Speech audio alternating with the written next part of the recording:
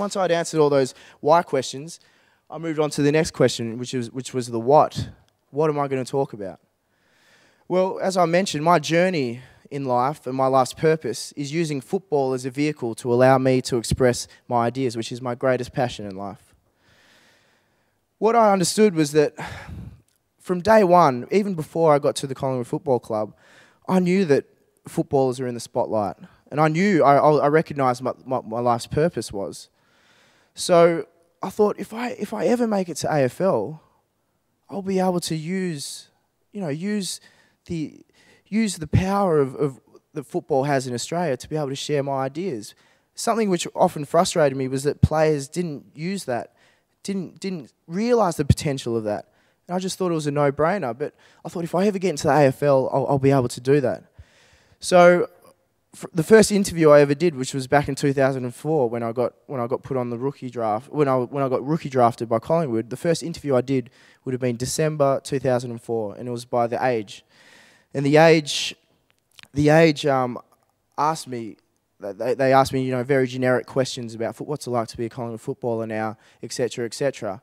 And I remember thinking, no, I can change this. Them power here. I'm going to change this interview around into, I'm going to talk about the things I'm passionate about, my beliefs, my values.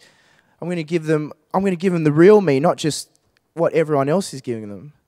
So I did that, and that came out. That was the common theme that came out in the final piece of the article. And I got such positive feedback.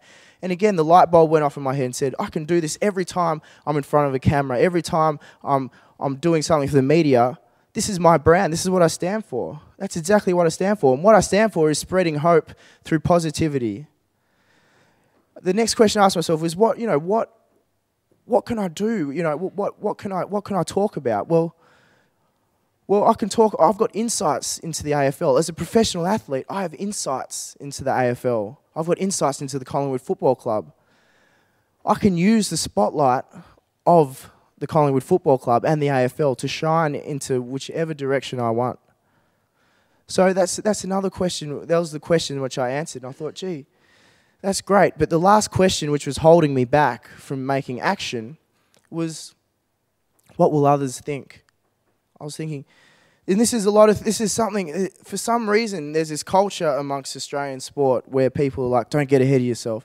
I remember when I first got to the club, and you play a few good games, and the coaches or people would say, don't get ahead of yourself. I really don't understand this.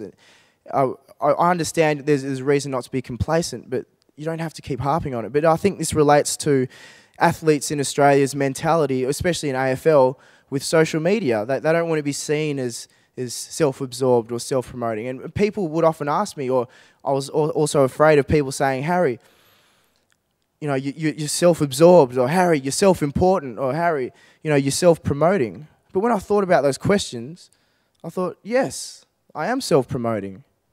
Why wouldn't I self-promote? Why wouldn't I promote what I stand for? What I stand for is spreading hope through positivity. Why would I not stand up for that? Yes, I'm promoting myself because the essence of myself is spreading hope through positivity. So do you have anything else to say? No, well, shut up and let me do my thing. So after I got comfortable with that idea, I thought, I'm ready to take some action.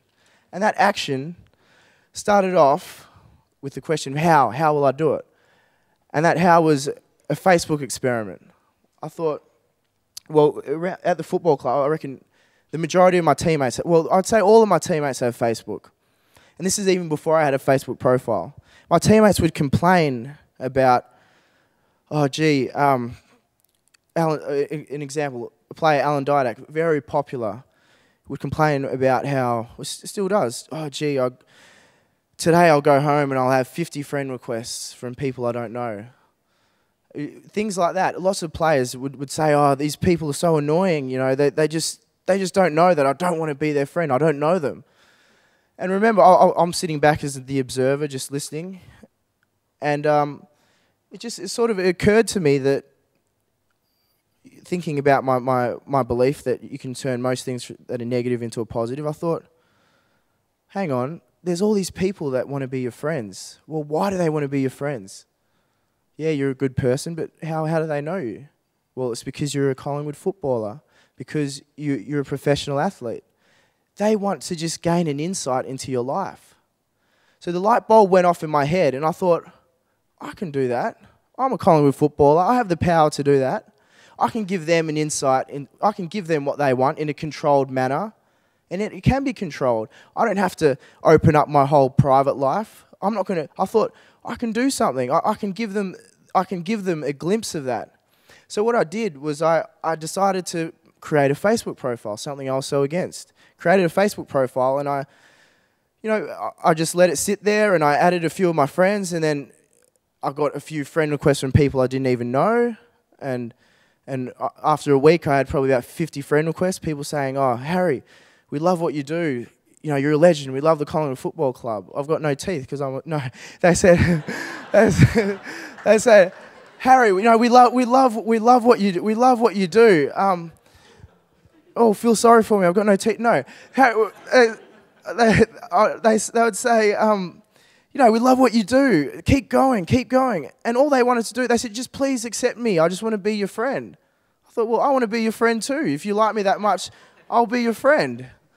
I'm not gonna share with you the details of my family or my phone number or my email, but I'll let you be my friend, and I'll put photos up of myself as long as they're ones that are controlled. Myself, I could put photos up of anything. And in actual fact, people started putting photos up of me. They'd take photos of me running around the MCG or at family days or wherever. And all of a sudden, this thing started exploding. The word started getting around, and before I knew it, I'd reached the limit of Facebook profile friends you can have, which is 5,000, and there are another 1,000 friend requests waiting, and I had 500 unread messages, and it all got too much. But I had to do something about it. But with that, I got such positive feedback from what I was doing there, because I was spreading. I was again living my passion, spreading hope through positivity. And from there, I moved on to Twitter, and I had a prejudice against Twitter as well. And a friend said to me, "You should get Twitter." I go, "No, Twitter's stupid. Why do I want 140 characters, or is it even 140? Why? It's stupid." But I thought, no, that's the same mode of thinking which denied you from reaching a multitude. See what it's about. Give it a go. So I started a Twitter account. I love Twitter. Twitter's amazing. So I started Twitter, and then the next part of that is I started my own website, my own blog, harrysworld.com.au. And that was the ultimate dream. I've always wanted to have my own website, but I always had the trepidation which I had attached to it was that I thought I didn't think people would want to listen to it, would listen to what I have to say. But I had the proof. I had the Facebook, I had the Twitter. People wanted to hear what I had to say. And yes, it was because I'm a Collingwood footballer, but also there was some substance to what I had to say. I wasn't just being the robotic footballer that everyone talks about, that they see in these controlled, or not, in these filtered forms of media, which there's nothing wrong with it. They're necessary. However, if you want to get to the essence of something, then go straight to the source. And how can you go straight to the source? Social media. Simple. Absolutely simple. And another question, the last question I asked myself is, how can I maintain this? How can I maintain the momentum? Well, I'm always going to have insights into the Collingwood Football Club. There's never a dull moment at the Collingwood Football Club. In fact, there's never a dull moment in life. No day is the same. No person is the same. Not even a snowflake is the same. So there's inspiration all around us. I just have to put my own spin of life, my own spin on what's happening. So there's never going to be a shortage of things to write about. I can provide photos. I can put photos up of, fans go crazy just for a simple photo of Dale Thomas or whoever. I can put videos. I can put videos up. Eventually I can move on to providing cool merchandise. So all these things, really set me off on my journey. And there I was away. I was using social media.